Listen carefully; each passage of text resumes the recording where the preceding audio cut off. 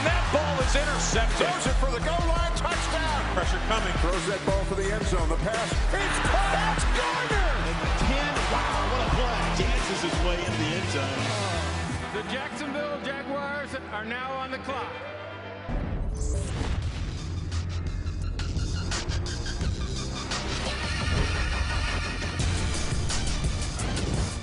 Welcome in, everybody, to Mock Draft Live. I'm Colleen Wolfe with Daniel Jeremiah, Bucky Brooks. You know, it's Charles Davis's big day here. We're going to go through his mock. We went through yours, DJ, a couple weeks ago, went through yours, Bucky, last week, but now it's time to bring in the king.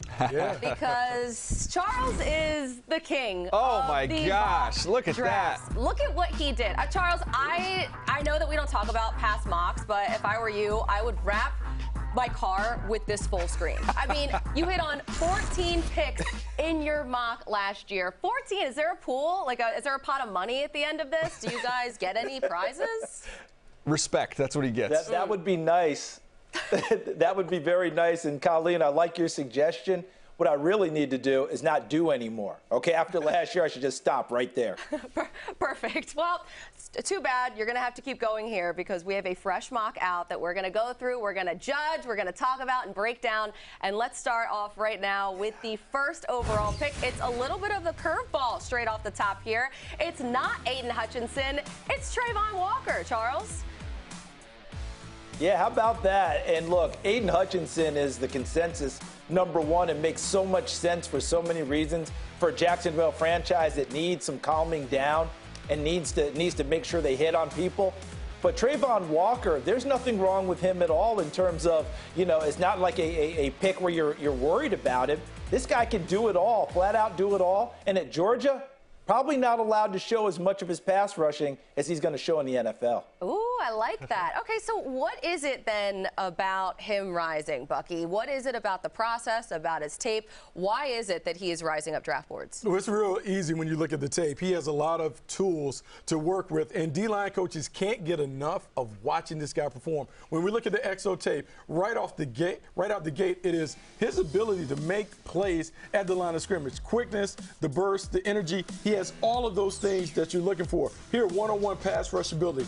Isolating the guard, watch the quick maneuver, little power, pushes, gets the quarterback to the ground. But then it's his ability to play anywhere. From nose tackle to edge, he sets the edge, doesn't allow the running back to turn the corner. You love that if you're a D-line coach. But it extends so much beyond that. The sideline to sideline quickness, the athleticism, all the things that we saw at the combine, he puts into practice on the game tape, and then it's just the athleticism. Just making plays however you need this guy to make plays. He can be deployed in that fashion. Just a big-time player with a lot of ability. The projection is through the roof. That's why a lot of D-line coaches, defense coordinators are excited. To me, you're betting on traits. That's what you're doing. You're absolutely betting on traits which he has that are very rare. But the production and the polish as a pass rusher is not there at this point in time. That's why, to me, it's an interesting debate between him and Hutchinson. Hutchinson is so polished. You know exactly what you're buying.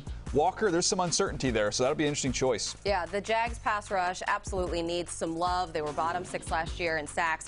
So we can all agree that they should get an edge rusher here, but maybe some disagreement on who exactly ends up landing there. But here is how CD's top 5 shakes out.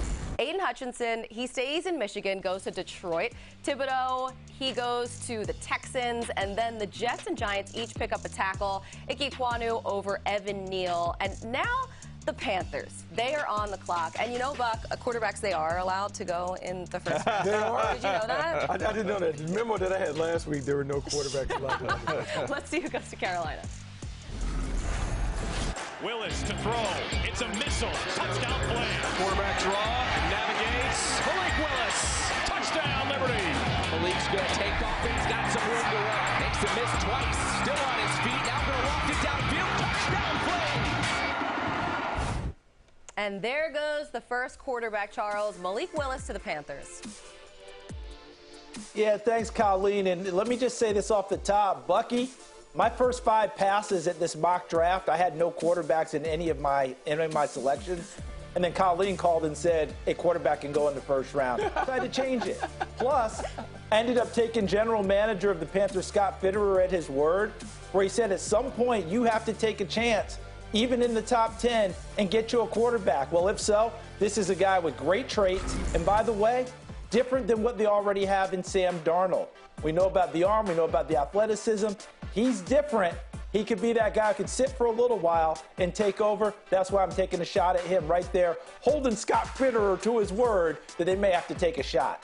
I love it. So Willis is one of 3 quarterbacks going in Charles's first-round mock. He joins Kenny Pickett, who Charles sends to Pittsburgh, and Matt Corral going to Detroit with the final pick of the night. DJ Bucky, I've seen a lot of mocks here with Kenny Pickett as the top quarterback off the board. So what gives Malik Willis the edge here over other quarterbacks to potentially go first? I think you're drafting Kenny Pickett for tomorrow. I think you'd be drafting Malik Willis for the future. I think you know exactly what you're getting with Kenny Pickett. But you could say, okay, the ceiling is only so high. With Malik Willis, while it's going to require some patience, if you're going to expend a top 10 pick on a player, you'd like to think there's greatness in there, some elite qualities, some elite traits, which he possesses. But it's a gamble. It's a risk. So that, to me, is kind of the trade-off there between those two guys. Yeah, it is a gamble, but what has happened in the last few years, we've seen the teams that have gambled on the quarterbacks with outstanding tools have been rewarded. Josh Allen, Lamar Jackson, going back to Pat Mahomes. We've seen these guys who have immense talent, and it might not necessarily be refined when they're coming out of college. We've seen them find their way in the National Football League, and they've been stars. Because of that, and because the league is a copycat league, that is why the buzz is heating up around Malik Willis. Yeah, and one other thing, guys, as you guys know, organizationally, it may be different with a GM, it may be different with a coach, but you have a college coach who's used to quarterbacks with movement confounding his defenses, and you have an organization that's used to having a quarterback like Cam Newton who can run the football as well as throw it. Malik Willis fits there, fan base, all of that. And by the way, if he gets going and pair him with Christian McCaffrey and then get it out there to DJ Moore, Robbie Anderson, they might have something to work with. But, yes, I had trouble putting a quarterback in the first round, but I finally did it because Colleen made sure, hey, put a quarterback in the first round. There he is. I got you. That's right. And not only him, because I'm looking at Matt Corral, who you snuck another guy in on the back end here, so he ends up going to Detroit. Why is he the fit there? Well, 32 seems to be that quarterback pick, doesn't it, guys? Like all of us have seen it every year. When we get down to 32, you get that extra year with the quarterback. Someone takes a shot. Sometimes you trade back in. Lamar Jackson went at 32. Teddy Bridgewater went at 32. Those guys, I would say, have had some success in the league, some of them even more than others. But when you look at Detroit, are they totally sold on Jared Goff? At 32, you take this chance. And this is a guy that I'm crazy about. I think both of you know I've had a man crush on him for a while, and you see some of the traits that are there. Look at the accuracy. Look at him being able to step up and deliver and put it on a receiver and keep him on the run. How about now? Scanning, and that ball is gone with anticipation as that ball goes right down the middle. Make his receiver be an athlete and turn around. How about him scanning the field, going through progressions, finding the open target, and then throwing it so that his receiver doesn't get hit downfield. And the poise to hang in there, feel the pressure, and still deliver downfield. Yeah, this guy, he's kind of got that Zach Wilson little bit of rise to him from last year.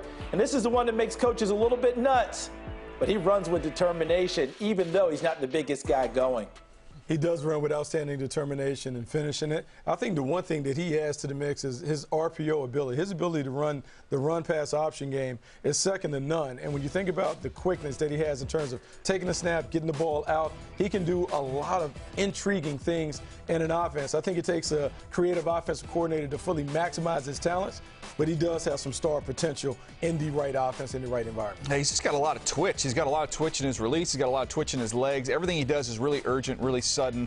You know, the size, he came in a little bit bigger than everybody anticipated when he checked in at the Combine. The Pro Day was a little bit uneven, but I'm going to give him a pass on that because he's been rehabbing and not necessarily been working towards a Pro Day like the rest of the quarterbacks. Well, congratulations to Matt Corral on his debut on Hard Knocks. That's going to be great for him in Detroit. So 3 quarterbacks there in the first round. Bucky, when's your next mock coming out? Oh, I guess in a couple weeks, huh? Let's go. Time to go. Maybe we get one quarterback. One more? He's already started sweating. Don't do that to him. He's already started All right, heat up a still little ahead bit. on Mock Draft Live, we saw a run on edge players off the top of the draft, and now it's time for the DBs. Find out who goes where next.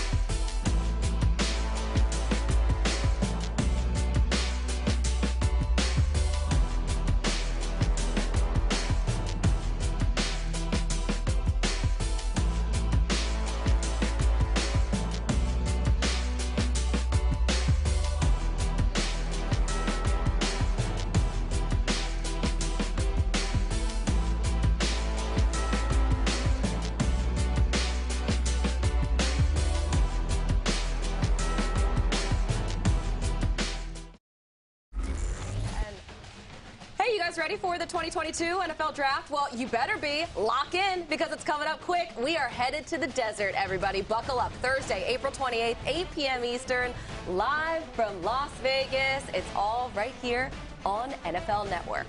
And we'll find out soon enough how many of these picks are correct. It's the Charles Davis Show today. You can see the first 8 picks here in CD's mock. Trayvon Walker has the edge going first overall. 3 straight pass rushers off the top. Then the Jets and Giants get their offensive tackles. Malik Willis is the first quarterback picked at 6 to Carolina. And the first wide receiver lands in Atlanta with Garrett Wilson 8th overall. So now the Seahawks are on the clock, and it's the DB's time to shine. Garrett Stingley has just been making play after play for LSU. How about Stingley? Highly decorated #1 ranked corner. Hit from behind and sacked by Sauce Gardner. Yeah, scoop up by Scoop, go! Take it to the house. Oh, dangerous pass, that's intercepted! There's that Sauce Gardner, it's Sauce Gardner. And it's broken up by the outstanding safety, Kyle Hamilton, deeper into the bag of tricks. That's how Notre Dame will win this game. Wow. Charles, let's start it up here with Sauce Gardner going to Seattle. Yeah, he's got everything you want. He's earned the right to be the #1 corner by how he played these last couple of seasons, how he continued in the offseason through the combine. He didn't just rest on his laurels. He went out there and proved it. Has the length, has the speed, has the ability, and, of course, the daring that you need to be a top corner. And I think he fits perfectly with Seattle. Think about Pete Carroll and what he likes out of his DBs there. Garrett Stingley, he's been the one that's been the #1 corner since he got to school. And he locked down people in practice like Jamar Chase. He locked down everyone on Saturdays in their national championship season as a freshman. Last 2 years have been uneven. Injuries, uneven play as well. But when you talk about traits, the most outstanding feat in this draft, I go all the way back to Lem Barney with the Detroit Lions. The Jets are hoping he's their next Revis Island. My favorite player in this draft is Kyle Hamilton out of Notre Dame. He can flat out do it all. Size, ability, seriousness about the game, cares about it, will come up and tackle. You never take him off the field. Whatever position you need, he can fill for you. He'll fill in the run game. He'll cover in the pass game. You name it. I absolutely love him. How about the range right there? Kyle Hamilton getting it done. And he'll go to Washington, and he'll team up with Cameron Curl, and he'll be just fine. And what about Trent McDuffie? What is it about the University of Washington that gives us these corners? Former coach Jimmy Lake did a fantastic job with them. And this young man has what you're looking for in terms of the ability to see, trigger, make plays, and not afraid to go out on the corner and tackle people. Okay, you challenge him every which way. Oh, yeah, might even create a turnover as well. I like Trent McDuffie. Thing about Minnesota, they'll get some great training. Patrick Peterson re-signed for another season there. These Washington DBs just showing out. So, DJ Buck, your thoughts here on the DB run. Is this the right spot for it to go? Could it go earlier, later? Where are you ballparking it? Yeah, every year in the draft, there's these certain sections of the draft you could see a run coming. And to me, this is DB alley. I think Charles nailed it with where these DBs come off the board. And I look at a team like the Philadelphia Eagles. They don't want to miss out on that DB run. I know they partnered with one of their first-round picks. We'll get to that later. But you kind of know where you need to navigate to get up in front of some of these teams to get in on these top corners. Yeah, we're seeing that the game is one where you have to have the ability to cover man-to-man. You have to be able to play snug coverage, take away some of the easy throws to really force quarterbacks to make these contested throws. Because if not, you just get nickel and dime to death, and it's too hard. This is a spot in the draft where you have to get these guys because once they come off the board, they can come off the board in a hurry. Charles, I noticed when you were going through your rip there of the DBs that you paused on Kyle Hamilton because he's your favorite in the class. So let's love him up a little bit more here. Why is he your guy? Well, he's my guy, and he's been for a little while now because of, you know, again, we use the word traits, but just the overall, not just athleticism, but how he plays the game. Because whatever's asked of him, he can do. Whatever the game plan is, wherever they need to fit him, he does it. Reminds me a little bit of Harrison Smith in Minnesota. When Mike Zimmer was the head coach there and called their defenses, whenever anything would go a little bit wrong for that defense, it's almost like he went, hey, 22, Harrison, fix it for me. Go plug that gap. And that's what he would do. I think Kyle Hamilton's the same type of a player. When we watch him play, watch him in the run game. Okay? You want to make a play. He's not just running to go parallel to the sideline. He's coming upfield to put you on the ground. He has great eyes, sees it, triggers. Now, how about this? From the opposite hash, I think I said this when we started this process, we'll see this interception ad nauseum, but it never gets old because you still can't believe he covered that ground. Oh, and by the way, one of the bigger games in college football last year against Cincinnati, which went to the college football playoff, this guy's a gunner on the punt team going downfield, an All-American playing gunner as well, not asking to get off of special teams. You name it, he can do it. A chest-up tackler, and a rangy ball hawk in the secondary. Yeah, I don't buy this, safeties don't matter anymore. I think you can make a case they matter more now than they ever have before, Buck. When you look at the players you got to go up against at the tight end position, you look at trying to be multiple and disguise your looks. Having versatility at that position is huge. Maybe I'm biased. I see Derwin James every week doing those Charger games and the impact he can have. I don't buy that safeties are worthless in the league right now. No, particularly guys that are decathletes, meaning they have a bunch of different schools, a bunch of different attributes that they can use to make plays. When I look at Hamilton, he is unique. His ability to play deep middle is rare for a guy of his size, but then to be able to come down in the box and to make consistent tackles, but to also be utilized on blitzes, he is what I would say a Derwin James-like, a Jamal Adams-like, someone that can get in the box and make a bunch of big plays happen. Is it a mistake for teams in the top 10 to let him get out of that spot? I mean, I think he's my 4th overall player, so I'd be lying to you if I said he wasn't worth a top 10 pick. Absolutely. I can't find 10 better players than him in this draft class. I can't. And then also, quickly, what about Sauce Gardner falling to 9? I mean, and falling, I say, he's still a top 10 player, but he should be probably in the top 5. I've seen him a lot in mocks there. Go back to last year and Patrick Surtain II and going where he went to the Denver Broncos. That was a steal where they got him. We can make a case maybe they should have taken a quarterback, but they have one now, so it all worked out well for him. But no, Sauce Gardner to me is my 3rd overall player, but we've seen it. Sometimes those guys, because of position, might find their way down a few slots. That's a heck of a bargain right there at number 9. Yeah, real bargain. All right, so, Charles, I have a couple other picks I want to get to here before we get to the big trade that went down between the Saints and the Eagles coming up in the show. But walk us through, Charles, your pick for Charles to the Texans. Yeah, Charles Cross from Mississippi State. And there could be a case made that maybe he's going a little bit too low as well. But the reason I don't put him up there with Ekwonu and with Neal is the run blocking. Because those two did a lot more of that at their respective schools. At Mississippi State, his big thing is protecting the passer, and he does it as well as anyone in the draft. He's going to be absolutely terrific right there. And we'll have to find out exactly what's going to happen with the Texans, what they're going to do with Laramie Tunsil. Okay? What's going to happen with Titus Howard? We shall see. And then this guy, did we have any more fun at the Combine than watching Jordan Davis perform? And that led us back to the tape to say he didn't play that often because they had a rotation system, but we think he's capable of doing more. I think he can get things done on the defensive front as well as penetrate and get upfield and rush the passer. I'm looking forward to watching this big dancing bear. Cue the music, Colleen, and turn Jordan Davis loose. Oh, yeah, the Ravens replenishing that defense that took some hits. That's great. All right, this is a really interesting one. Very interesting day for Jameis Winston's team. Coming up on Mock Draft Live, the thing that went down yesterday that had us all scratching our heads, the Saints' splashy trade to move up with the Eagles. It's time to talk through this. What's going on here?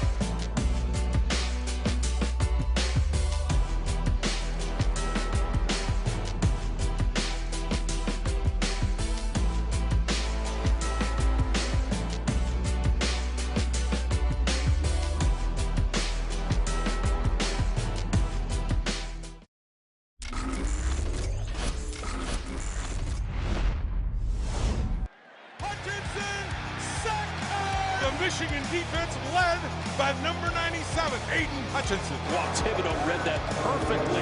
He's going to get sacks. He's going to get strips. Karlaftis is there. George Karlaftis sacked. Karlaftis gets another. Karlaftis leading the way. Ojabo caused the fumble. He's jacked down from behind. Sack time, David Ojabo.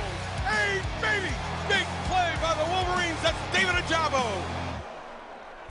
Those were the top edge players. Notice no Trayvon Walker in that cut-up. That's how fast he's rising. Walker went straight to the top in Charles Davis's mock draft, going first overall to Jacksonville, a mock draft first on Mock Draft Live. CD sent Aiden Hutchinson to Detroit and Thibodeau to the Texans. All right, so the next surprise in CD's mock came with pick number 6 with the first quarterback selected. Liberty's Malik Willis lands with Matt Rule in Carolina, the first of 3 quarterbacks to be drafted in CD's first round mock, followed by Pickett to Pittsburgh and Matt Corral to the Lions. And finally, Sauce Gardner. He slips just a touch here. Most people have him not escaping the top 5, but he almost falls to 10, ultimately going 9th overall to help out that Seattle secondary. We're keeping receipts for April 28th. Easy for me to say because I just sit back and critique everybody else's mocks. Thursday, 8 p.m. Eastern on NFL Network. The answers will roll on straight from Las Vegas. Don't miss a minute of it right here on NFL Network. Some draft excitement dropped on us yesterday, though. The trade we were waiting for from the Eagles. And it was a little bit of an unexpected twist here. The Saints gave up a lot to move a little. They get 2 of the Eagles' first-round picks, numbers 16 and 19, in exchange for 2 1s, a second and a third. That, of course, includes future picks, too. DJ, sick trade for the Eagles, but pretty lopsided for the Saints, I think. Well, what do you think about this? It's interesting. I've tried to get some other opinions. So I texted about 6 GMs, and the reaction that I got was pretty consensus. Everybody loved the trade from the Eagles standpoint, first of all. They love that. And then the other thing they say is one of them thought, okay, the Saints may be positioning for a quarterback. 5 of them thought, no, the Saints think they're close. This is a team that's beaten Tampa Bay in that division in all 4 of the regular season games since Tom Brady's been there, and they feel like they're just a couple players away. So these picks allow them to kind of close that gap and chase a playoff spot right now, believing in Jameis Winston. And then also what the thought process keeps coming back to me is that they have a head coach in Sean Payton they can trade next year if he wants to get back into coaching. They can recoup some picks that way as well. Yeah, look, it's about trying to position themselves to make a move to kind of close the gap on the competition. This is a team that has been very, very close to getting back to that elusive Super Bowl. And you made a point yesterday on Path to the Draft where you talked about the connections. And so everyone wants to talk about the quarterback, but maybe it's an offensive tackle. Doug Marrone spent time last year with Alabama. Evan Neal, one of the top offensive tackles in the game, played under Doug Marrone. So maybe it's also about the relationships and putting themselves in a position to get a left tackle that will allow that offense to hit the ground running this season. Ooh, Charles, what do you think about this? Yeah, you're right about. Well, I think you guys are all over it. And the last part, Bucky talked about Teron Armstead went to Miami, and that's always been an offensive line that's been very good, and they take a lot of pride in that. Go get that left tackle so you don't have to move Ryan Ramczyk. He's better on the right side anyway, where he can be an all-pro. So to me, this trade yesterday, for the Eagles, it's about tomorrow. For the Saints, it's about today. Can they move up? I don't think it's a quarterback. The last time we saw this, they ended up moving up, and they surprised us and took Marcus Davenport. So, again, I think you guys are on top of this one. I can't wait to see how it all plays out and see where it goes. But for Jalen Hurts, who the Eagles keep saying they believe in him, they're hedging their bets by this trade for next year to have 2 in the first round. That's exactly what I was just going to say. I know that Howie Roseman loves to stockpile picks all the time, but for all of the support that's thrown out there for Jalen Hurts, it just makes me think a little bit that they are just kind of raising his future draft stock at this point. So we'll see what happens there. But let's find out where they go with their new picks. Charles, the Eagles, they stay locked into that number 15 spot, and with it, Howie Roseman sends help to his front 4. Yeah, and it's a good idea because remember, they were talking about getting rid of Fletcher Cox, and they brought him back on a 1-year deal. Look, he can play with Devontae Wyatt this year. Maybe Wyatt becomes the future replacement for him up front. They like to have those wrecking balls up front so they can play zone coverage behind them. The only Falcon worse, or the only team that was worse than the Eagles at getting the quarterback last year was actually the Falcons, so that's a great pick. And then Chris Olave goes to the Saints, CD. Yeah, and we're talking about maybe moves being made. Let's say they stay locked in and keep these picks and use them. Chris Olave is almost a no-brainer because Michael Thomas, who didn't play last year, even if he comes back, he's going to work underneath an intermediate. You need a guy who can take it over the top for you, and Olave can absolutely do that. And by the way, if you have Jameis Winston as your quarterback, yeah, you want to rein him in a little bit with interceptions, but you still need to let him throw the long ball. Chris Olave allows him to do that. With the Eagles, Jonathan Gannon, their second-year defensive coordinator, loves to play zone. When you watch Andrew Booth on film, he's playing a lot of that side saddle, seeing back into the secondary, zone-type coverage. He's perfect for that, and he'll be opposite Darius Slay and could eventually replace Darius Slay as CB1. So that's a nice pick for the Eagles. They need him, and Andrew Booth is the perfect guy for them there. And last but not least, this is an interesting one because you got to believe in George Karlaftis, who puts a lot of pressure on quarterbacks, nearly 40 pressures last year, I believe, with Purdue. But does he get home enough for you? Can he be their Trey Hendrickson, who's now in Cincinnati, and help them out opposite Cameron Jordan? Because Marcus Davenport's been dinged up a lot along the way. So they're trying to replace some of that production on the defensive side of the ball if they stick right here and keep those two picks. And Davenport, too, of course, becomes a free agent after next season, so smart planning for the future there. Here's a full look at the results of yesterday's trade based on Charles Davis's mock. And on the Eagles' end, they pick up Clemson cornerback Andrew Booth with the pick from the Saints, plus an extra third-rounder and a future 1 and 2. Then the Saints come out of the deal with a wide receiver at 16 and a pass rusher at 19 and a 6th pick swapped for their 7th. So that brings us to best case, worst case, because that was basically the best case scenario for the Eagles. So we're talking ceilings and floors for these first rounders, and we're going to start with where we just stopped, the Saints pick with George Karlaftis. Charles. Yeah, and remember, for me, the best case is where I put him, number 19 to New Orleans. Now, unfortunately for him, does everyone buy into explosiveness? Does everyone buy into him getting home against quarterbacks? Does everyone buy into that? To me, what happens to him is if he doesn't go to New Orleans at 19, there's a possibility he could get into the second round. Doesn't make him a bad football player, but he's not a lock first rounder unless you're a team that really buys into everything he offers. Okay, I like that. How about best case, worst case here for Pittsburgh's Kenny Pickett? That's, of course, where Charles has him mocked to. But what do you think the ceiling and the floor is for Pickett? Well, I think the ceiling is the 6th pick with the Carolina Panthers, the relationship that they have with Matt Rule, having committed to him when he was at Temple. And then think about David Tepper, the owner of the Carolina Panthers, being a Pittsburgh Panther. I think that is the ceiling. The floor, let's put the bottom of the first round, the Detroit Lions at 32. Maybe he falls into the second round, but I think if he's there for the Lions and they haven't picked their quarterback, I think he is the guy that they go. Okay, like it. How about this one? Last one here, DJ. Ahmad Gardner here. Saw slipping a little bit, as we've already mentioned. Best case, worst case for him. Better than dripping. Sauce, hey. The whole connection there. No, look, to me, 3. You start looking at the ceiling being 3 because I think we're going to see pass rusher, in whatever order that is with Hutchinson, Walker, and maybe Thibodeau vying for those top 2 spots. I think number 3 to the Houston Texans is best case. I think worst case, you look at where the Jets are picking with their 2nd pick in the first round at number 10. I look at the need that they have and the skill set that he has. To me, I think that's that range, 3 to 10. And Sauce should get an opportunity to defend some of the players that we're going to be talking about coming up next, because first came the edge players, then a little mini run on the DBs. Next up, the wide receivers are getting their names called. Find out which wideouts get picked off late in the first when we come back.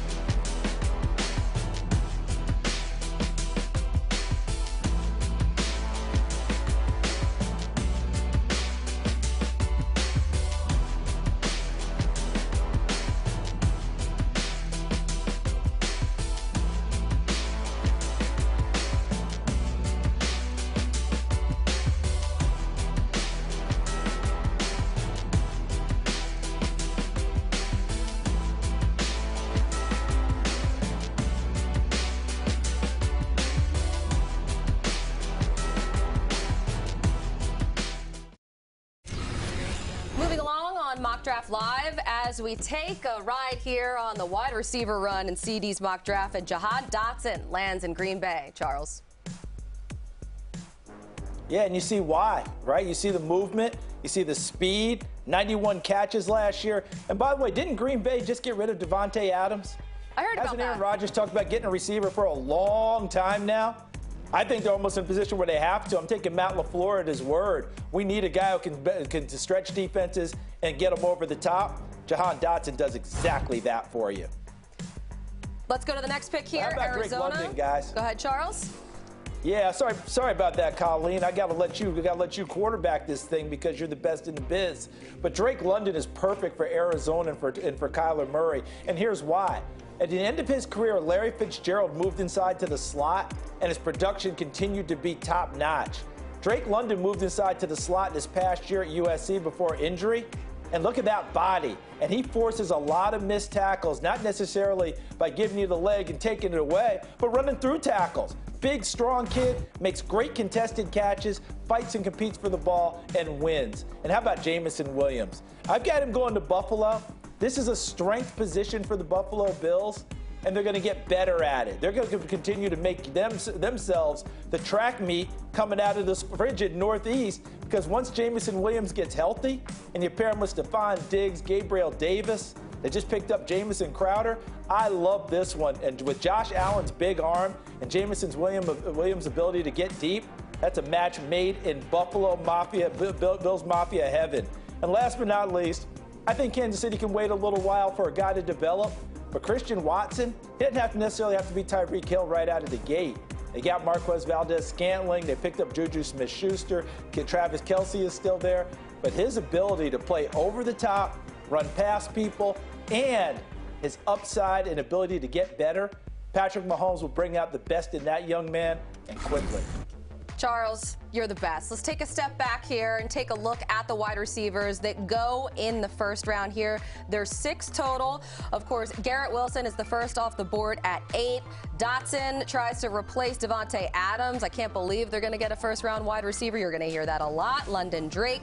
He replaces the production Christian Kirk leaves behind. And then, of course, you got Jameson Williams there, who gets to catch the ball from Josh Allen. I mean, that's a dream for any rookie wide receiver. So time for Now Meets Next, presented by FedEx. And Bucky, I'm going to start here with you. Which wide receiver has the highest upside in the entire draft here? The one that Charles Davis just highlighted, Christian Watson.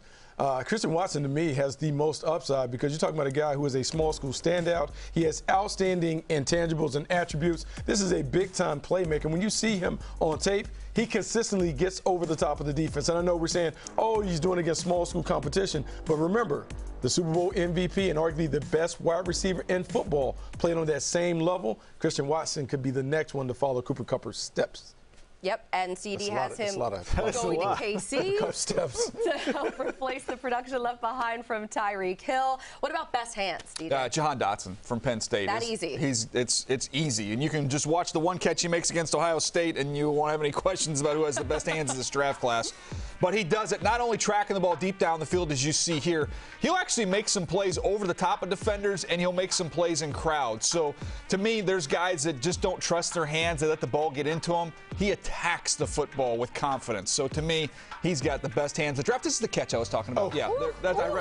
I rest my case, Your Honor. I rest my case. Oh, my goodness. Aaron Rodgers is somewhere drinking his matcha latte, just loving every single word of this. Charles, what about the safest pick in the draft in terms of wide receivers? Well, the guy that I've got going to New Orleans Saints, Chris Olave from Ohio State. Big-time production at a big-time school, big-time stage each and every week. This is a team always contending for a Big Ten and a national title. 13 touchdowns last year. Smooth route runner. Tracks the ball well himself. Makes contested catches as well. I just like this young man all the way through. I like his makeup, like his character. I think that's why I've made him the safest receiver in this draft. So this is why the Saints moved up. They needed to get this guy right here. Charles, I like where you're going with this. DJ, this class in general, wide receivers, how does it compare to years past? It's deep, but there isn't a Jamar Chase in this group. So there isn't that one premier guy that maybe you've seen in years past, but to me it runs deep. And you get into the 3rd and 4th round, as we've seen the last couple years, you're going to be able to find starters. And I'm talking about not 2-3 years down the road. I'm talking about getting on the field next year and making an impact.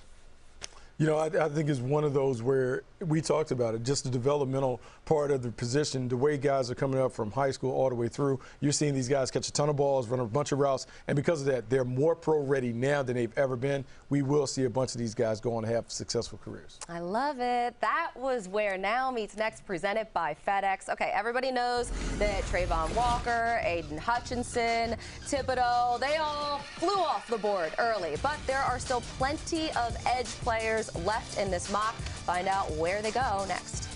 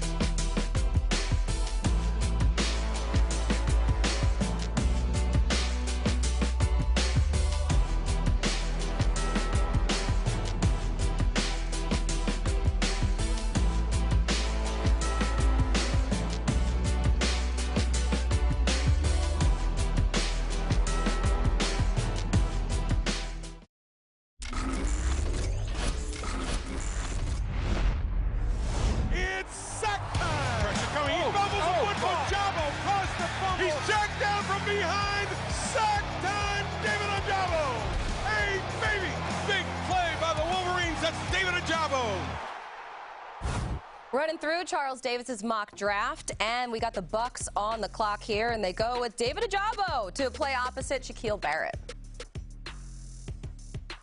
Yeah, how about that, guys? And the reason I went with that is that this is a team that can afford to wait a little bit because of their infrastructure.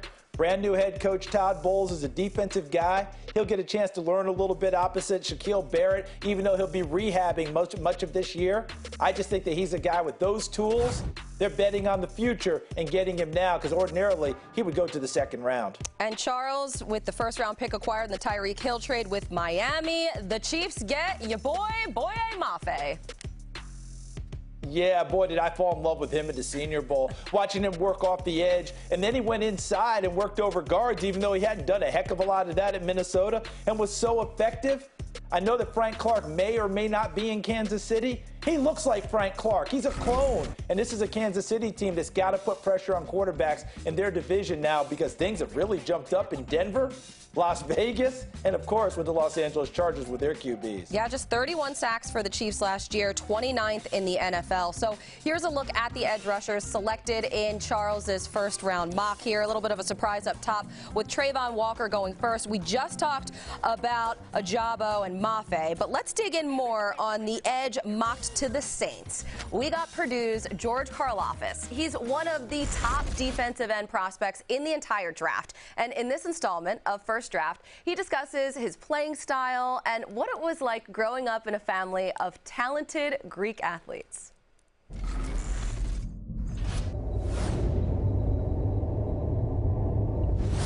My style of play would be described by one word: relentless. Trouble again. It's Karlaftis with the sack. Oh my, and right on cue there is Karlaftis laying the wood on Evan Hall. That's what I'm going to bring to the table, and I'm going to will myself to become one of the best players in the NFL.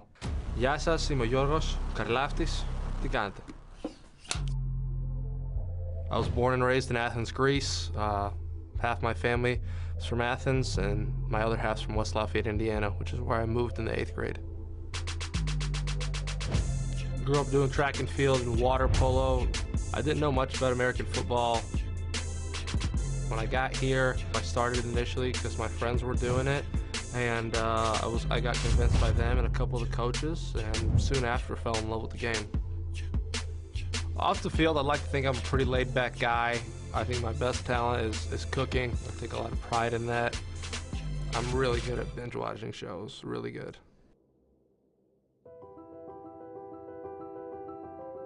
When I was 13, my dad unexpectedly passed away of a heart attack, which was really tough on me and my family.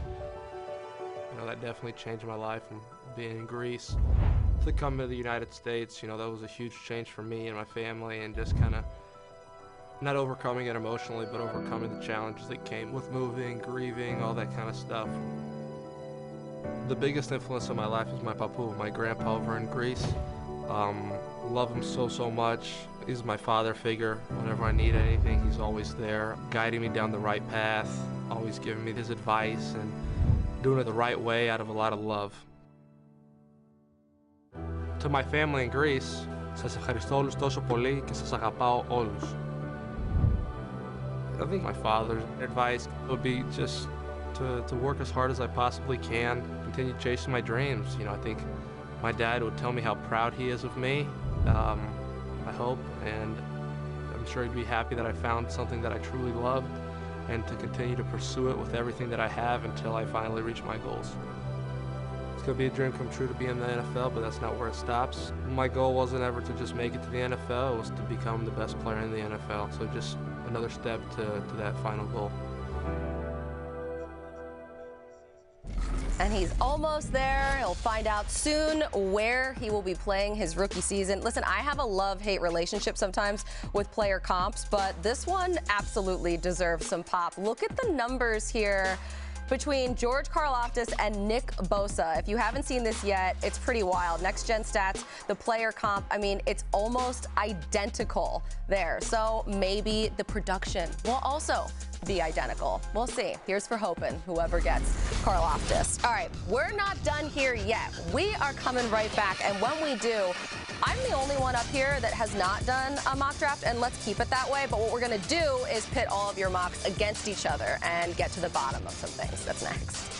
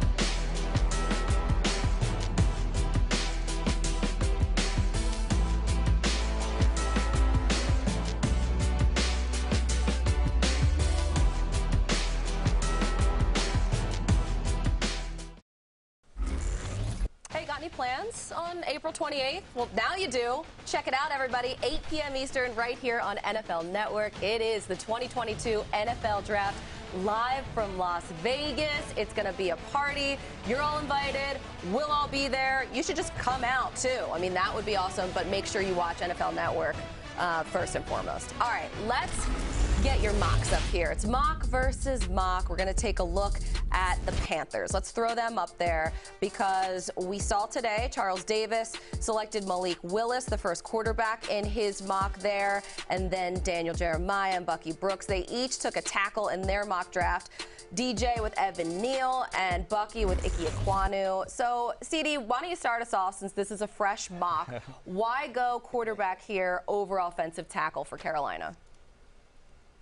Well, before I get there, probably should be mock versus mock versus mock. You're right. Three of us. Mocks. So we'll try that next time. Mock, right? But anyway, bottom line is I went quarterback there because, as I mentioned earlier in the show, Scott Fitterer, GM of the Carolina Panthers, they had their opportunity last year to take a quarterback. They passed on the quarterback, didn't take him. They will take a guy this year who will be rated lower than who they could have taken last year. But as he mentioned, when you get into the top 10 and you have to keep taking a quarterback, you may have to take a shot. This would be their shot. This could be their guy. DJ, what do you think here? I think they don't pick again till the 4th round, and I think Matt Rule is either really into collecting airline miles to go to all these quarterback pro days, or they are actively looking at taking a quarterback. So I think I'm going to drift towards CD's side of this thing and say that they end up taking a quarterback at 6. Really? Bucky, are you in agreement here? Oh, no, I'm not in agreement with there because I think they have to look and investigate it, but still, we talk about the value. 6 overall, do we believe any of these quarterbacks are really top 10 players? And so I understand they are stuck because they don't have a second-round pick and they don't pick again until later in the draft. But I think it's about finding a way to upgrade that offensive line because without that offensive line, it doesn't matter who is quarterback, they can get beat to sleep, and they're not going to be able to win games anyway. Ooh, okay, let's go to the Packers because I think you are all in agreement if we go mock versus mock, Charles. And we got Jahan Dotson, Chris Olave, I mean, Christian Watson. We're all over the place here. DJ, how confident are you, though, that the Packers are going to take a first-round wide receiver? 53%, okay. 53%, that's how confident I am. Yeah, this is a team that does not take wide receivers in the first round. I'm well aware of that. You got to go back to Javon Walker, 20 years. I've heard it all. But when I look at where this team is and how close they are in a crummy NFC right now, this is staring at you right in the face. If you don't want to do it with one of them, at least one of them, go get Aaron Rodgers a weapon. That's what he's saying, too. I like where you're listen, I like where you're going with that, DJ, and going ahead and increasing what they need and going ahead and upping their opportunities. I like that a lot. I gave them Kenyon Green because I know they want to also help out their offensive line, but they went back-to-back receivers. It makes a ton of sense for the Green Bay Packers, and I like your 53%. Reminds me of the play up the down staircase where they were behind everyone, 55%. So you're close. All right, prepare everybody. Wet blanket time. Go ahead. Go ahead, Buck. Oh, wow. Yeah, Zero. See? I know. He's not. Wait, Zero really? chance. It's not happening. Look, I understand it's fodder. We like to talk about it. The Green Bay Packers are going to pick a first-round wide receiver, and we're going to do it. No. It's not going to happen. Aaron Rodgers doesn't need a new wide receiver in the first round. They find these guys in the other rounds. It's a tradition. It's a tradition. This is what they do. You know the dating game where they say, what's your partner is going to say? I could have held up the sign that said 0 for Bucky. He didn't even need to answer the question. I knew what he was going to say. You guys have been working together far too long. Yeah. I do love it. It's adorable. Bucky, is it a tradition unlike any other? Amazing. Charles, fabulous job today with your mock. It's been fun having you here on NFL Network. Everyone can check out the mock on NFL.com. And next week we have Lance Zierlein coming in. Lance, we're going to pick his mock apart. Until next Tuesday. Later, guys.